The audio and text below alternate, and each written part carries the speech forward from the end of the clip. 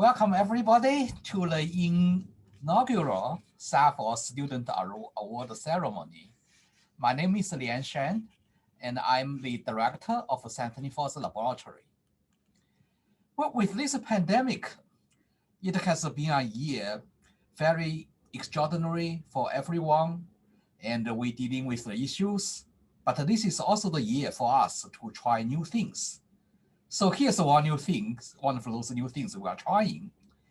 Given that we have such an extensive array of student awards here at SAFL, we decided to host a standalone event where we celebrate our most recent group of SAFL student recipients all together. So we are going to have this 1 hour dedicated to the students. And we are very excited to have all of you here today. We have such a dedicated and talented group of students at SAFL, coming from different departments from the College of Science and Engineering. Their dedication to their work, their creativity, their tenacity, we truly do get the best of the best. We are so lucky to be able to celebrate them with such an extensive array of annual students awards, established through the generosity and the love of people connected to the networks of some of our best SAFL researchers, students, alumni, and friends. I feel so honored that many of those people are joining us virtually today. Welcome. Today, we pay tribute to Alvin Anderson, Heinz Stefan, and Nels Nelson, and the continued impacts their legacies have on helping our students move forward in their careers. And lastly, I want to thank the award selection committee, and for each award, we had a number of faculty members, and usually I would like to keep them anonymous. And but basically the faculty members at SAFL take turns in their surveys in selecting student awards from the many nominees. And thank you for their service. So this ceremony will proceed as follows. First, Barbara Heintkamp, our communication specialist, will provide a brief overview of each award. Then we are glad to have select family members and colleagues step up and provide some remarks about each award namesake. The award recipient's advisor will then introduce the recipient and virtually present them the award. And the recipient will provide some remarks about their research and thoughts regarding their career. Well, we wanted to be careful about everyone's time, so we will hold a brief Q&A at the conclusion of the ceremony for our recipients to answer any questions our audience may have. So now, Barbara, let's go ahead to get started with the Alvin Anderson Award first. Thank you so much, Lian. Can everybody hear me? Everything okay? Okay, fantastic. So I am honored to be able to give a little bit of context around these awards and the people that they are honoring. And so Alvin Anderson is the first award we're going to be talking about today. So Professor Anderson was a native of Duluth, Minnesota. He received his bachelor's in 1933 and then came to the University of Minnesota and the St. Anthony Falls Laboratory in 1945 and finished his PhD in 1950. He spent the remainder of his career at SAFL, was a valued advisor to many of his graduate students. He had a very active research program where he looked at sediment transport, flow in river meanders, culvert hydraulics, and air entrainment by high velocity flow. He was a member of several professional engineering organizations, and he unexpectedly passed away in 1975. He was actually serving as SAFL's director at that time. Upon his death, there was a true upwelling of love and support for his family and his family and many colleagues around the world decided to set up this award to help perpetuate his legacy forward. So this fun, I love when I'm able to bring out fun pictures from years previous. This is actually, so 1976 was the first award. It is now 2021, so it is 45 years, but this is actually the 46th presentation of the award since we did give an award that first year. And so the award is given annually to a St. Anthony Falls graduate student who is studying in hydraulic engineering and or water resources.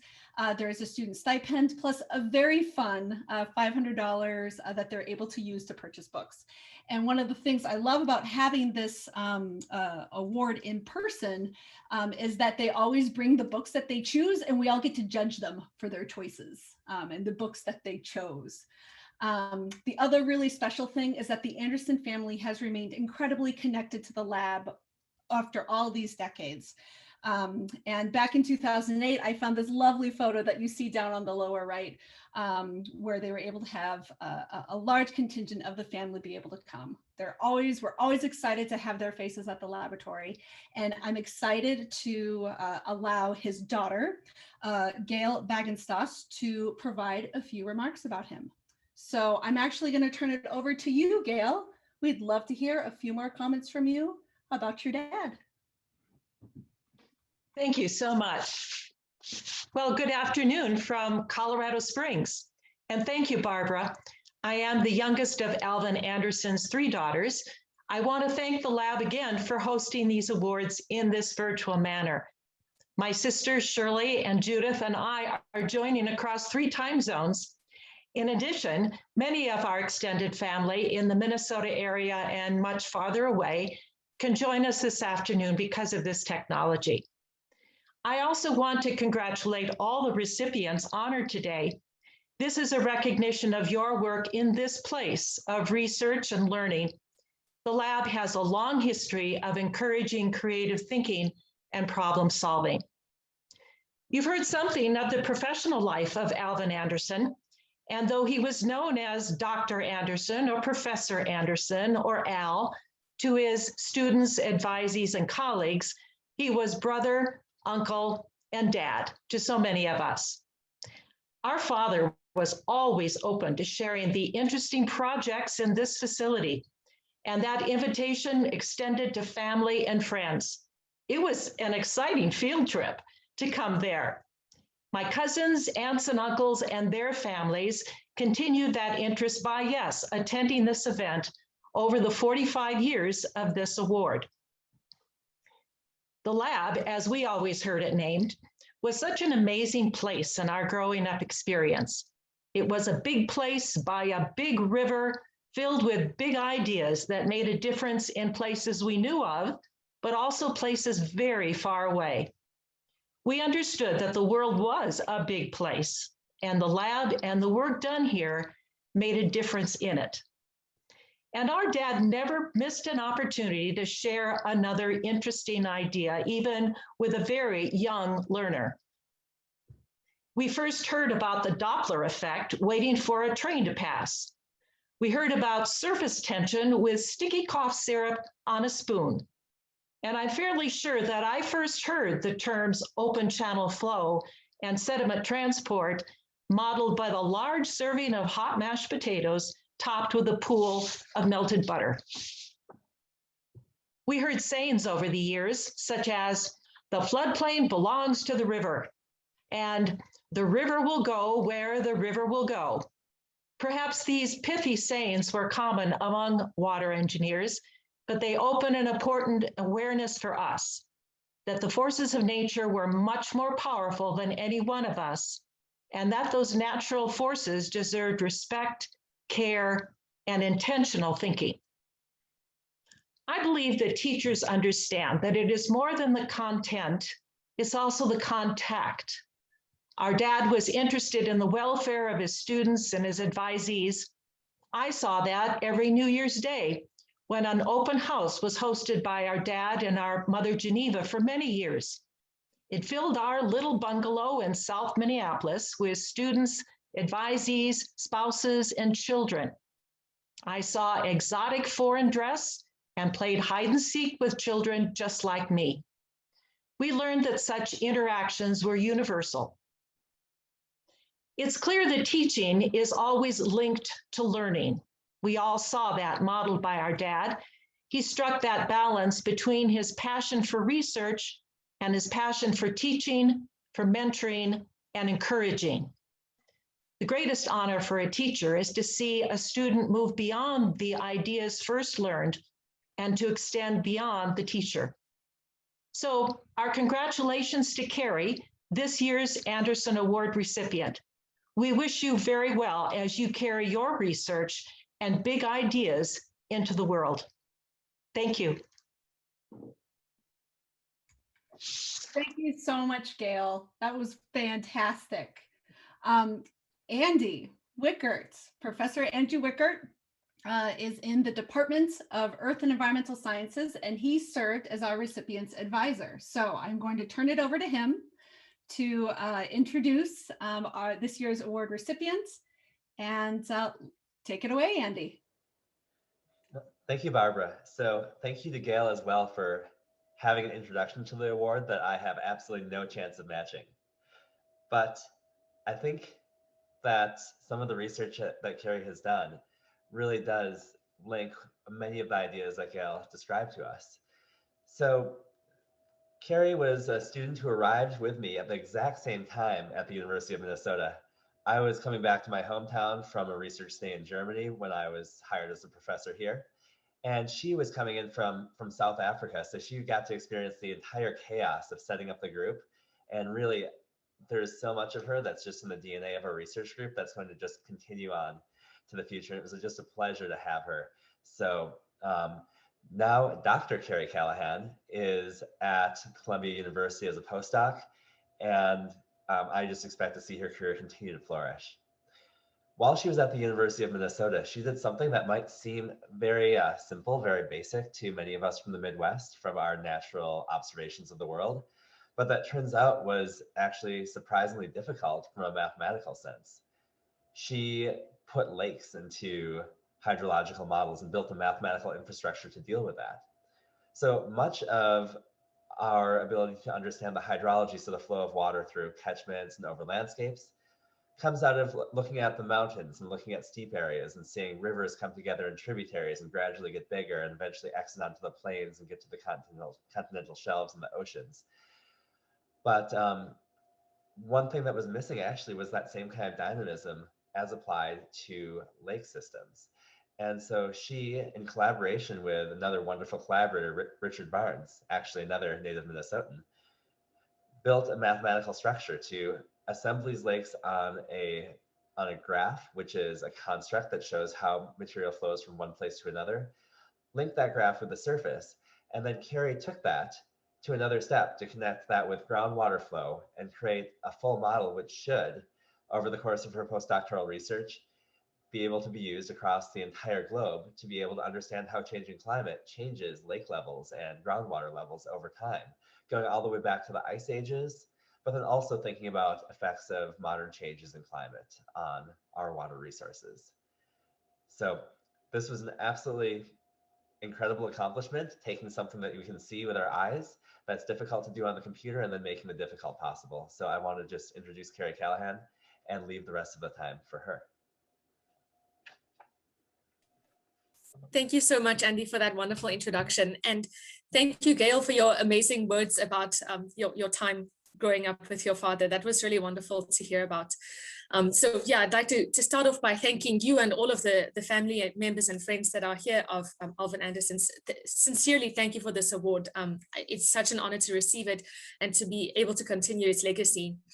As Barbara mentioned, the award includes a book prize. And so I know that she mentioned that she enjoys judging the book choices. So here, I'll let all of you do that. So I got a few to help me with coding. So I've got some numerical recipes and algorithm design, C++ programming cookbook. And then as I start thinking about groundwater, I've got here groundwater hydrogeology and applied groundwater modeling.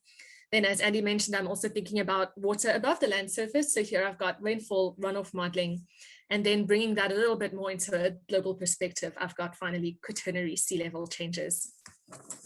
I've already used some of these books, and I'm certain that I will use them extensively throughout my career to come. One thing that Barbara asked me to mention today is a little bit about how I ended up in this particular career path. And so I'm going to share my screen with you and tell you a little bit about that. And my particular path towards becoming an earth scientist started as a 7-year-old girl when I was determined that I wanted to become an environmental scientist. Unfortunately, I thought that being an environmental scientist meant that I would live in a little cottage in the woods, a lot like this one, and that all of the animals would be my friends. So what I actually wanted to become was a fairy princess. Turns out that that's not so easy, but on a more serious note, as time went on, I continued learning more about what it takes to be a scientist, and I became even more certain that this was what I wanted to do. So I started out at the University of Pretoria, where I got my bachelor's in earth science. I continued at Stellenbosch University with my master's in geoinformatics. So those were in South Africa, where I grew up. And then I was fortunate to find an advert that Andy Wickert, my PhD advisor, put out searching for a PhD student, and the work that he was doing really intrigued me. So I applied for that, and I ended up here at the University of Minnesota. And I'm so grateful that I had Andy as my advisor, both because he was an all-round great advisor and because of these wonderful ideas that he had. So as he's already mentioned a little bit about the research that I did, one of the ideas that he had was that he wondered about how the water table may have changed over the past thousands of years, and how that change in water table may interact with sea level and just with the rest of our world. And so I worked on answering that question by developing this model that we call the water table model. And here's a schematic of the model. So we have kind of these blue arrows going down representing precipitation that falls onto the land surface. We have the green and red arrows going up that represent evaporation, both over the land and over open water. And then this QGW represents discharge of groundwater, so groundwater that's moving beneath the land surface. And then above the land surface, we also have a downslope flow of water that, that's the kind of downslope flow that we can see with our eyes every day, that forms a lake surface. And so a simple example of how this model may work is something like this, where here you can imagine that black line is a cross section through the landscape. So we have a lot of different valleys and hills there. And then the blue represents where the water table is. So we have some kind of initial condition, and then groundwater moves. So in this case, we have groundwater that's moving away from those hilltops, and some that's exfiltrating down in the valleys and along the hill slopes. Then we have surface water that moves, and we use a method that we call full spill merge to form those lake surfaces. And then we add precipitation minus evapotranspiration into the system. And we just keep on repeating this many times. And eventually, after we've run the model for some time, we have some kind of water table surface that includes both where there's groundwater and where lakes represent that water table. To put this a little bit more into practical terms for you, here's an example of the type of result that we get from this model. So this is a pre-industrial present-day North America. And the blue colors here represent where there's surface water present, lakes, and you can see the very recognizable shapes of those Great Lakes that many of you are probably very familiar with, and other lakes throughout the continent. The red represents a deeper water table. So out in the dry western portion of the continent, you see that there's a deeper water table. And then the yellow and green colors represent shallower water tables. So as we move into the wetter east and northern portions of the continent, we have those shallower water tables. And so this is kind of what I worked on throughout my PhD, is actually developing this model and figuring out how we can produce this kind of result. And as Andy mentioned, I'm now busy working on a postdoc, and in my postdoc, I'm continuing to apply this water table model. And I'm looking back into the past since the last glacial maximum 21,000 years ago, and trying to see how that water table has changed over that really long time period, and how does this water balance interact with changing sea level, changing ice volume, and just all of the water that is in our world. And with that, I will hand it back to you, Barbara, and thank you once again for this award. Thank you so much, Kerry, and all around applause. Congratulations on your achievements. That's lovely. All right, so we are going to continue on. I will again share my screen with my PowerPoint right here. We are going to be moving on to the Heinz G. Stefan Fellowship. I'm very excited to say that Heinz is actually here with us today. So he is a very familiar face still here in the laboratory. He first joined the lab as a postdoc in 1963. In 1967, he became an assistant professor in the department of what was then civil engineering.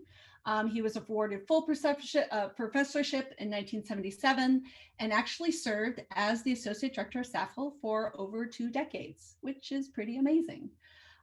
He did officially retire in 2011, but we still benefit greatly for being able to see him at the laboratory. I know I, for one, have really missed being able to have him come into my office and us be able to have a chat. So hopefully that will reconvene soon when we're able to start meeting again in person. His research really revolves around environmental hydraulics, and he is known as being quite the giant when it comes to development and utilization of water quality simulation models. He has been continuing to mentor and inspire and advising over 100 master's and PhD students. And this fellowship by the Mothran family was established to essentially commemorate his lifetime of service to the University of Minnesota. That picture down in the lower left, we just unearthed a couple weeks ago. It is my new favorite picture. And so you have Heinz, John Gulliver, and Roger Arndt from left to right. It's just a fabulous photo. So the Heinz Stefan Fellowship. So this is actually the 6th time that we are awarding this fellowship, and it has been wonderful to have Heinz present and there for the majority, if not all of them. We were not able to celebrate last year in person, but just really lovely being able to celebrate the person and have that person still be there to help us celebrate. And so I'm actually going to turn it over to John Gulliver, who has worked with Heinz for a few decades. And John, please come and give us a few remarks about Heinz. Thank you, Barbara. You can hear me? Okay, good. Heinz Stefan originally couldn't be with us today, so I was asked as one of his early graduate students to provide some anecdotes about Heinz. Heinz was one of a handful of professors in the country to lead the civil engineering discipline into an important new research area, which was originally called environmental hydraulics and has morphed into eco-hydraulics and environmental fluid mechanics. His impact on the field is widely felt through the early leadership that he demonstrated, through the strength of the research that he has performed, and through the number of graduate students that he has placed in important positions throughout the world. Heinz has a number of seminal contributions to our basic scientific knowledge, as well as the applied engineering sciences.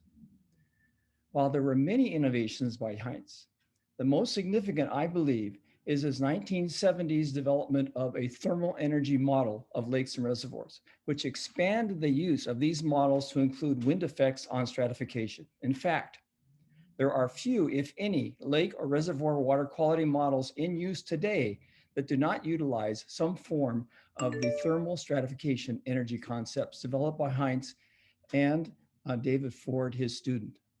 This concept was innovative, yet simple, a simple means of solving the energy equation required to accurately incorporate wind effects on stratification into lake and reservoir models.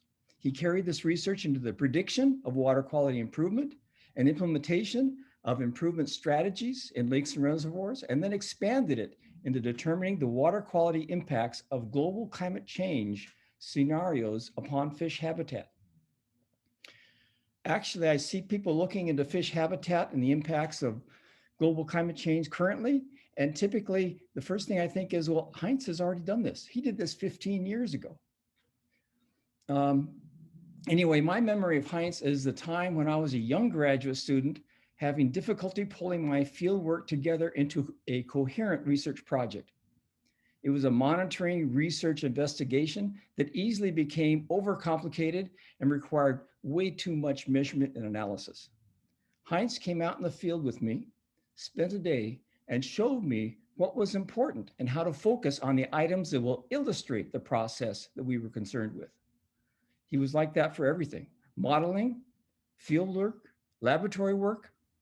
He was also an excellent technical writer and educated all of his graduate students in the art of technical writing. So Heinz is the epitome of an engineering professor. He can quickly sort out what is most important in a challenging problem and focus on that aspect to get a solution.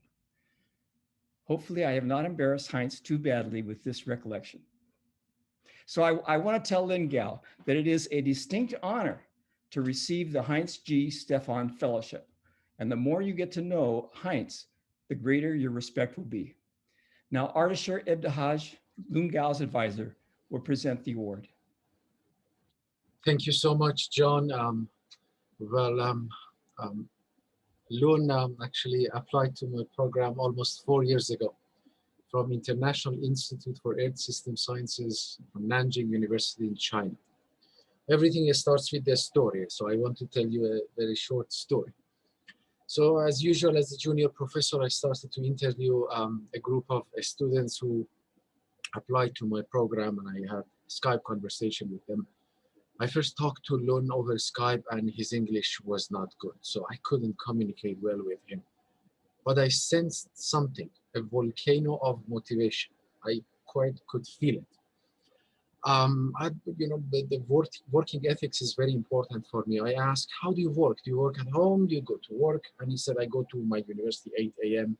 and leave at 9 p.m. So, oh, that's a good sign. So he's a hard-working individual. I saw his resume and saw that as a master's student, he has a few publications. Still, I had doubts.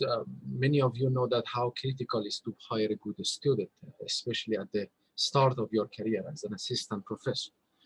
When I am generally running or working out, I have a clear mind. So I was at the gym at the University of Minnesota. There was no pandemic. So I took my mobile, sent a message to his advisor and said that I want to hire him. I'm just contacting you for the last round of just checking. Do you approve him, who he is? And he said he's the most driven student I have ever had. And I'm glad that everything went well. When he was working at the lab, sometimes I really was wondering whether he sleeps at the lab or go home. So I was checking at him, sending email, Lun, are you okay? Go home and take some rest. Lun is one of the most ambitious and hardworking PhD students I have ever seen so far. His research is of the highest quality and of utmost importance for better understanding global changes of soil moisture and vegetation water content using satellite data. He's a recipient of Future Investigators in NASA Earth and Space Science and Technology Fellowship, which is one of the most prestigious fellowships that is available to international students in the United States. Since he joined my group, he has been successful in publishing 5 papers, 3 as first author, 2 as second author, in the most prestigious journals, including Remote Sensing of Environment, IEEE Transactions in Geoscience and Remote Sensing, Journal of Hydrology, Journal of Hydrometeorology. He has developed innovative algorithms to estimate soil moisture with unprecedented accuracy and resolution using data from NASA's satellite, and a particular satellite called Soil Moisture Active Passive Satellite. The innovative part of his research is that he included some physical knowledge to the algorithms that we use to estimate soil moisture. In a simple explanation, if you want to estimate soil moisture over Minnesota from satellite imageries, we know that we here have cornfield. Satellite imageries that are coming from Amazon, we know that we have a very dense vegetation. Algorithms doesn't understand these things. How we can inform an algorithm without a priori physical knowledge was the innovation of his work. Congratulations, Lun. This is a well-deserved award, and I'm looking forward to working with you in the years to come, and I hope to see you in high places in the research community down the road. A few words about Heinz. I just wanted to say that the lab and its history is on the shoulder of giants, great men and women who dreamed big and worked hard towards their mandate, and now we are proud of them. Heinz, I'm glad that because of you, students in SAFL now can feel that their hard working and dedication to their job are properly acknowledged. I would like to thank you for all of your service to our community and dedication to science and engineering. As John mentioned, your efforts certainly extend beyond SAFL and have nurtured the entire community of civil and environmental engineers around the world. You're such an inspiration for all of us, and I'm looking forward to keep seeing you walking in the SAFL hallway and knocking the door of my office. Once again, thank you so much, Heinz, and I hand it over to Lun, as I know that he wants to present his research. Thank you so much. Thanks a lot for the introduction. I'm very happy and to receive this Heinz Stefan Fellowship, and I really thanks Heinz Stefan to provide this opportunity to me to receive this fellowship, and I also thanks my advisor Ardeshir and also other SAFL committee members to nominate me for this fellowship. I will firstly introduce myself, and also I would like to give a short presentation about my research. My name is Lun Gao, and Ardeshir mentioned this. And also, I think I come from China, and I study remote sensing instead of hydrology before coming here. And at that moment, I'm very suspicious of whether I can finish the PhD here. But after coming here, I found this environment is really great and helpful. I make a lot of friends like Sagar, Michael. They helps me a lot for improving my English. Before coming here, my language is super poor, and up to now, my language is still very poor. And I improve my language mainly through the communication with Sagar, Michael, and also I studied these hydrology courses, and I don't know many things, and my GPA is not high. But Michael, Sagar, and Geo, they helps me a lot for even for the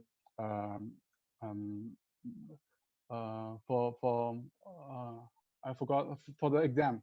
Yeah, yeah. I will give an exam, give a short presentation about my research. Okay. On my screen.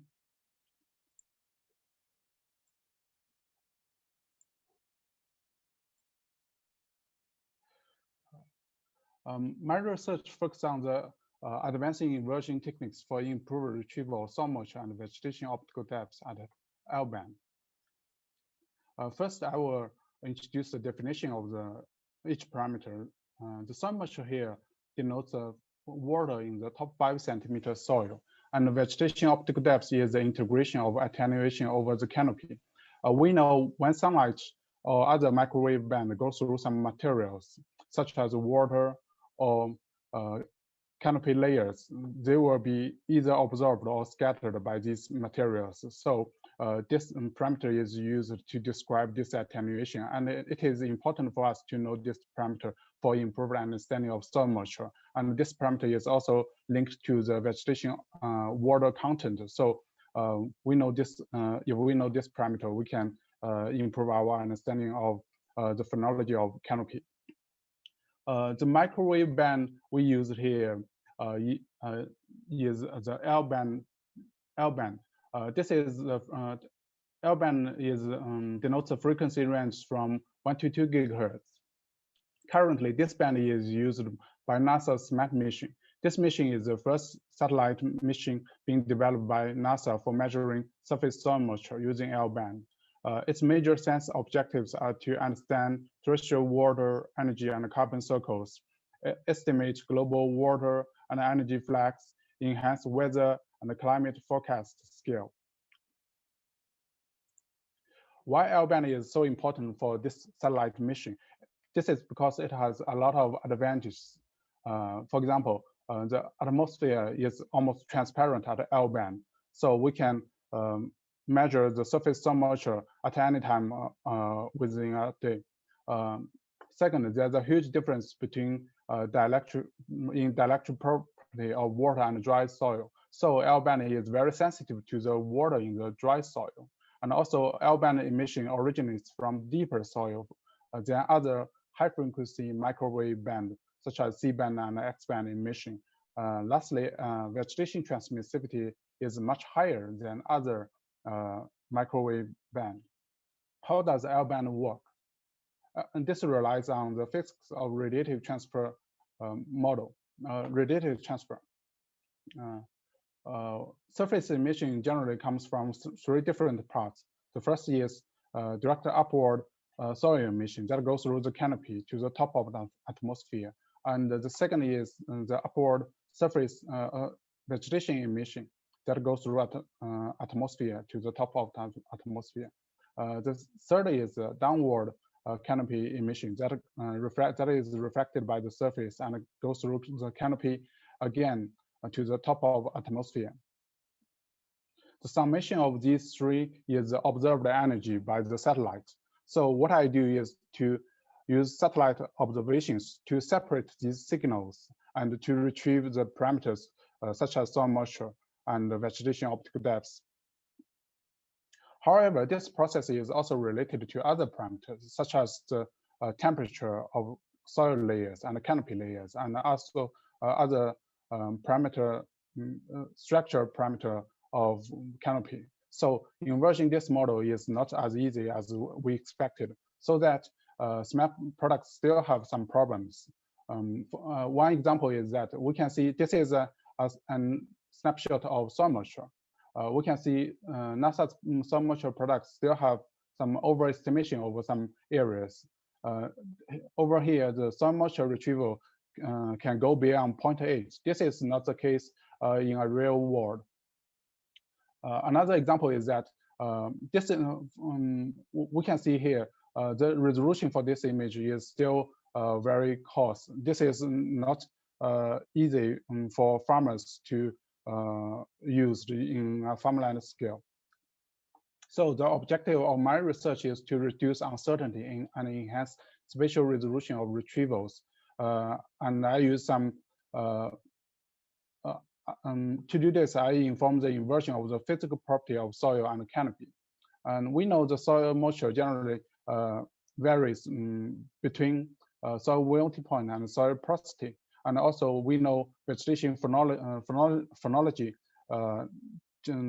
change differently for different vegetation types and over different places. So we incorporate these prior information into the algorithm and to reduce its uncertainty. And at the same time, these prior information is at high spatial resolution and can propagate its higher spatial resolution texture to the retrievals. At the same time, I simulated multiple temperatures into the inversion. This can further reduce the uncertainty of retrievals. Here is the soil moisture retrievals. The second one is my product, and the first one is NASA's products. So we can see here the overestimation of soil moisture is significant in NASA's products. However, in our products, this overestimation is well overcome. And at the same time, we can see the new soil moisture products can well capture the soil texture and the vegetation density. The validation based on gauge measurements show that our results can well capture the dynamics of the red circle is our products can well capture the dynamics of soil moisture, and it is much more close to the ground measurements. Well, NASA's products has a notable overestimation. Here is the vegetation optical depth retrievals. The third column is our retrievals, and we can see here the resolution is much higher than the used products in SMAP. In NASA, And our results show much higher correlation with other satellite observations. Yeah. And that's all about my research, and that's all. Thanks again for all people in SAFL, and that gives me a lot of help. Yeah. Oh. Back to Barbara. Yeah. Thank you, Lun. Thank you so much. And that was a lovely presentation. You can go ahead and stop sharing your screen. You got it. Yeah. One of the things that I most enjoy about SAFL is the fortitude of the students who do come to work here, and to recognize that they already have, whether it is linguistical challenges or visa challenges or whatever it is, but still being able to come be part of the SAFL community. It is one of the things that I love most about this place. So thank you so much. Thank you. All right, we're going to move on to the last award of the day. I'm going to go ahead and share my screen one more time. And so we're now going to pivot to speaking about Nels Nelson and the Nels Nelson Memorial Fellowship. So Nels received both his bachelor's and his master's in civil engineering here at the University of Minnesota and at the lab. He actually was the 1979 Alvin Anderson Award recipient. And so just goes to show that people who study at the laboratory really take it forward with them, and even at that time continued to invest in our community. After he left, he actually started at Bar Engineering, which is a company that we still have very strong ties to. There are still SAFL graduate students who end up going to work at Bar Engineering.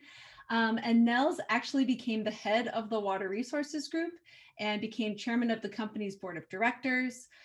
He was very well known for his industrial knowledge. He had great perspectives. He was a really enjoyable person to be around, and was always looking at the intersections of industry and research and practice. Which is honestly one of the trademarks of SAFL, is not only being able to forward basic knowledge, but also being able to tie in that applied bend and make it applicable to real solutions that can work right now. He passed away in 2010, and Bar Engineering and Families and Friends established this fellowship in honor of him. And so this is I believe the sixth time that we have awarded the Nels Nelson Memorial Fellowship. It is given annually. The first award was in 2013, and then we had to skip a couple of years. But one of the faces that you're going to see in quite a few of these pictures is that of Kathy Nelson, who was married to Nels. And also wonderful to have other family members come as well. I know, Martha, that you're on this call. So again, one of these wonderful things where even though we might not necessarily have that researcher still here with us, the ties that we have, that connection that we have with the family is so strong, and something that we very much value and prize. And so Kathy is with us today, and I'm going to invite her to please give some remarks about Nels. Yes, thank you. And I also want to thank Bar and everyone who's contributed to this fellowship over the years, because it's such a wonderful tribute to him and the work that he really loved. So it was really interesting to me listening to Gail speak. And I know you and I, Barbara, when we spoke earlier, I remembered that Nels had received the Alvin Anderson Award. And when I saw that presentation, he must have been one of the early people to receive it. So it was, yeah, very interesting. The fourth one, okay, interesting to hear that. And at that, I remember that at that ceremony, there were engineers from Bar Engineering, and that he talked with afterwards. And that led to him getting a job at Bar Engineering after he finished graduate school. And he worked there for 30 years until his death. So he was very involved with the laboratory as a student and in his professional life. And kind of a fun memory for me is that when we were dating, he took me to the lab to see the falls, and it was a thrill, still is.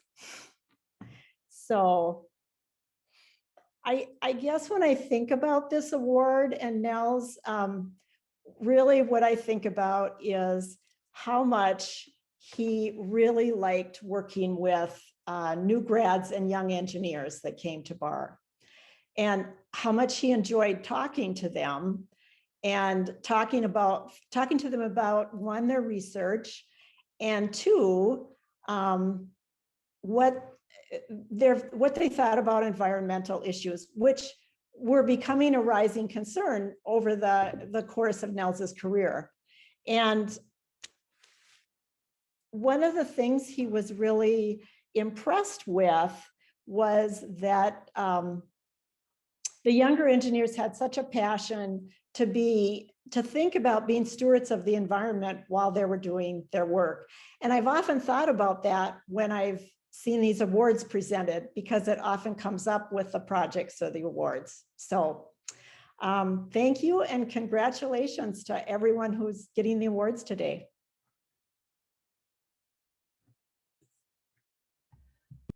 All right, so I'm going to turn it over to this year's recipients advisor, and that is our director, Lian Shen.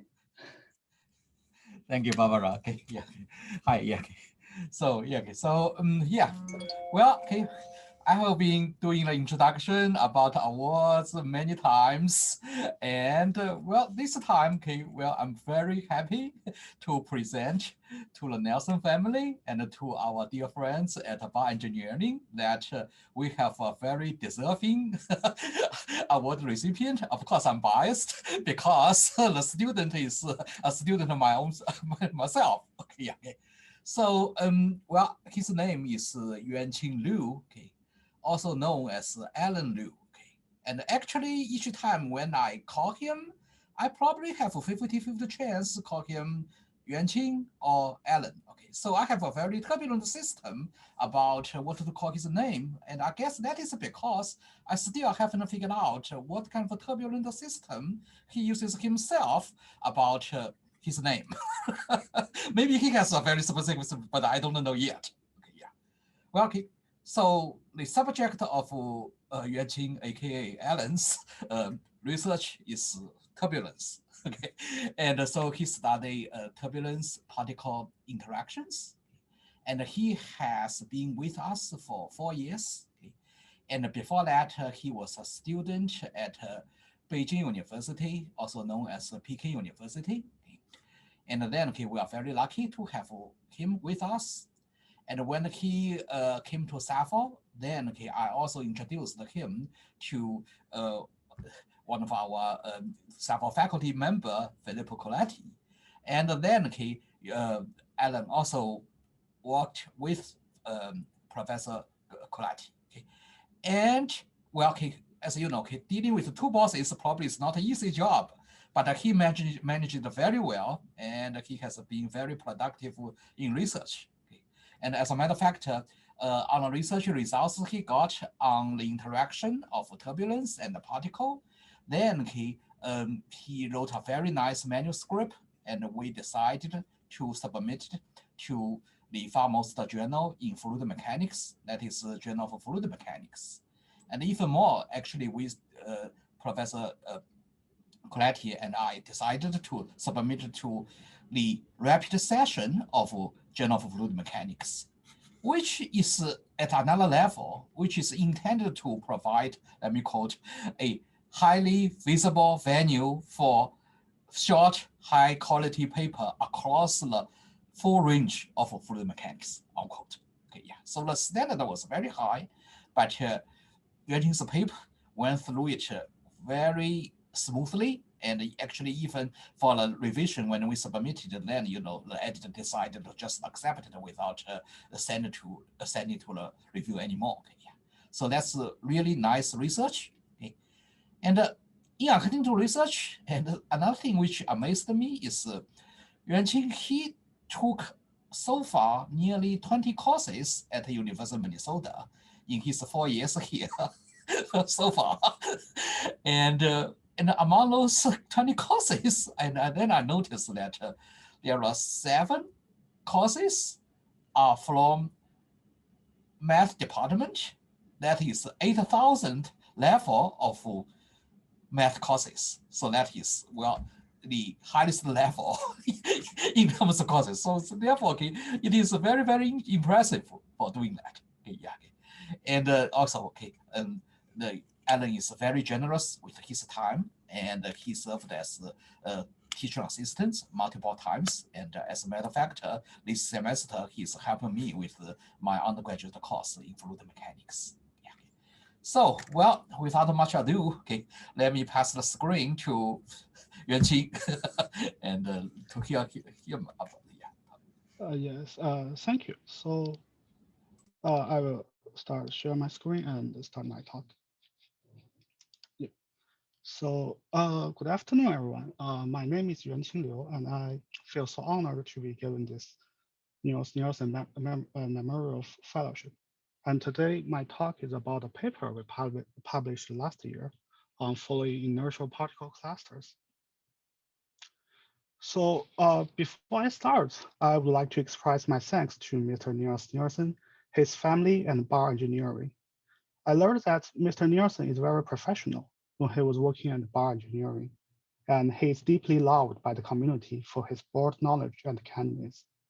And I want to express my gratitude again for his family at Bar Engineering for setting up this memorial fellowship to help students with their graduate studies.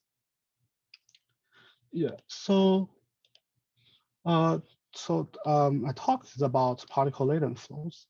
So particle laden turbulence flow is very common in our daily lives. For example, in cloud formation, water droplets are formed on tiny particles that are floating in air, or like in combustion industrial, where a lot of fine particles are generated, or like some natural phenomena like this, plankton dispersion. For all of those examples, the distribution of the particles are not uniform. There will be some high concentrated areas and some low concentrated areas. And at high concentrated area, the collective behavior of particles is a hot topic. To study this, at those high concentrated area, we can extract some particles, and they are close to each other, and we call this particle group cluster. And you can see in the example, we can extract many individual clusters, each containing many particles. In this study, we focus on the temporal behavior of the clusters and try to answer how the clusters evolve over time. So to look at the temporal behavior of a cluster, the problem becomes, how do we follow a cluster? As you can see, I drew some simple diagram here to explain this. So we have 3 boxes, each represents different time steps. And inside each box, there are some connected hexagons, which are clusters. And clusters are moving with time. And also the particles inside each cluster can change over time. And even the numbers of the clusters can change over time. So, but if we look at the individual particles, particles are moving, but they are not going to appear and disappear like clusters. And we know how a single particle moves, as shown by these arrows. Thus, we came up with the idea to identify a cluster that keeps most of its particles as the same cluster at different time steps. So to further explain this, we can look at 2 consecutive snapshots. And here all the particles are labeled with number, so you can know which are which in different snapshots. And for time 1, we have 2 clusters, cluster 1 and 2, and for time 2, we have cluster A. So we can start with front tracking to count particles in the old cluster, that can be found in the newer cluster. And we can also do the same thing backwards to find the particles in the new cluster that can be found from our old cluster. And these two tracking method will give us the same results. However, we want a one-to-one mapping between the clusters. So here we apply this 50% threshold for both methods. So which means at least 50% of the particles in this cluster must be found in its correspondence. So for forward tracking, all these two, cluster 1 and 2, have more than 50% particles from. But for this backward tracking, cluster A can only find this cluster 1. And thus, by combining these two tracking methods, we can find that cluster 1 actually evolves into cluster A, and some part of the cluster 2 joins cluster A. And based on that, we define the existing time for a cluster as the time between a cluster appears and disappears. So now we apply our method to track the clusters, and a simple example is shown here. So we investigate the behavior of particle clusters through different cases with different Stokes number and settling velocity. So Stokes number here describe how particles respond to the flow field. Large Stokes number means particles are insensitive to the flow field. And this, we also have the settling velocity. So for each case, with different particle parameters, we examine the number, size of the clusters, and how long the cluster can last in the flow field. So the first thing I would like to talk about is this cluster population and existing time. You can see the horizontal axis is the existing time normalized by Kolmogorov timescale, and the vertical axis is the log of the cluster numbers. And from the horizontal axis, we can see the typical existing time of a cluster is a few Kolmogorov timescales, where some of the cluster can last for more than 10 Kolmogorov timescales, and it is more likely to happen for higher Stokes number and settling velocity particles. And here, all the straight lines are the exponential fit for the number of clusters and their existing time. And if we compare the different cases, we can see that for higher Stokes number and higher settling velocity, we are more likely to have more clusters, and also they are longer lasting. So we are not only interested in tracking clusters, but also we are curious about what happened before a cluster comes into being and after a cluster disappears. Especially, we would like to answer these two questions. How far do particles come from to form a cluster? And how far do they go after the cluster breaks apart? So to answer the question, we track the particles backward in time before formation and forward in time after disappearance. Here, we apply this idea of radius of gyration for cluster size change. So the radius of gyration is pretty simple. It's just that for all those particles, we can first define its center and then use the formula to calculate this radius of gyration, which can be used to describe averagely how far those particles are.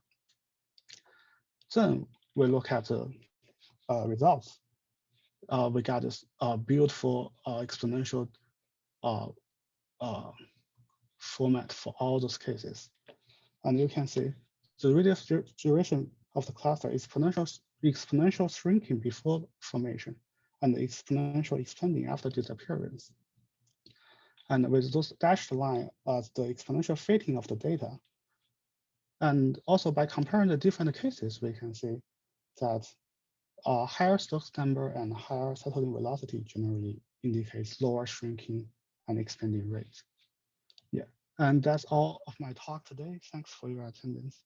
Yeah. Thank you. Thank you, Yuanqing. Excellent. Okay, wonderful. Okay, so congratulations again to Kerry, to Lun, and to Yuanqing for your outstanding scholarship.